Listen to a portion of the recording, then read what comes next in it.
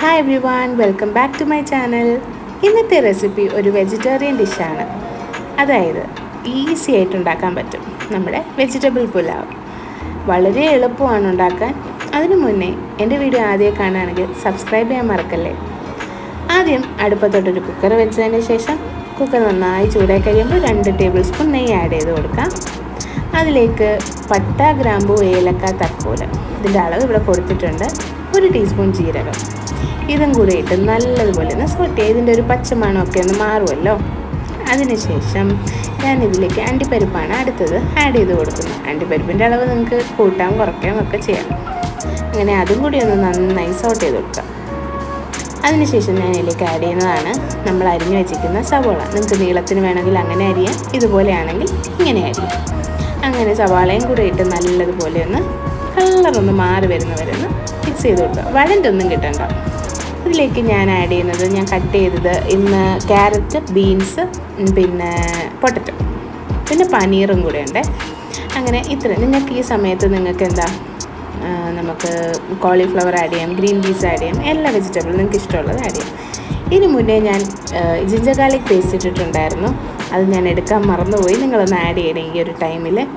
പിന്നെ 1 ടീസ്പൂൺ ഉപ്പും കൂടി ഇട്ട് നല്ലതുപോലെ മിക്സ് ചെയ്യാം. ഇവിടെ ഞാൻ 100 ഗ്രാം പനീറാണ് എടുത്തിട്ടുള്ളത്. നിങ്ങൾക്ക് ഈ അളവ് പനീറിൻ്റെ കൂട്ടും കുറയ്ക്കുകയൊക്കെ ചെയ്യാം.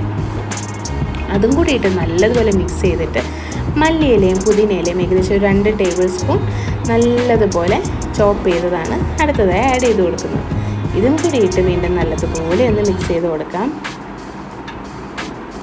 അതിനുശേഷം ഞാൻ ഇതിലേക്ക് ആഡ് ചെയ്യുന്നതാണ് ഗരം മസാല. അത് ഒരു 1/2 ടീസ്പൂൺ ഞാനിവിടെ ആഡ് ചെയ്തിട്ടുണ്ട്. ഇതിലൊരുപാട് മസാലയൊന്നും വേണ്ട, വളരെ ഈസി ആയിട്ട് റെഡിയാക്കാം. അടുത്തതായി ഞാൻ ചേർക്കുന്നത് 4 കപ്പ് ചൂടുവെള്ളം. ഞാൻ 2 കപ്പ് ബസ്മതി റൈസാണ് ഇവിടെ യൂസ് ചെയ്യുന്നത്. അതിൻ്റെ നേരെ ഡബിൾ റേഷ്യോ ആണ് വെള്ളം.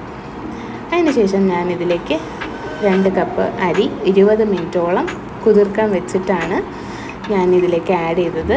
1 ടീസ്പൂൺ ലൈം ജ്യൂസും കൂടി ആഡ് ചെയ്ത് ഈ ഒരു സമയം നമ്മൾ ഉപ്പും കൂടി ഒന്ന് നോക്കണം. ഉപ്പ് നിങ്ങൾക്ക് വേണമെങ്കിൽ കുറച്ചും കൂടി ആഡ് ചെയ്ത് കൊടുക്കാം.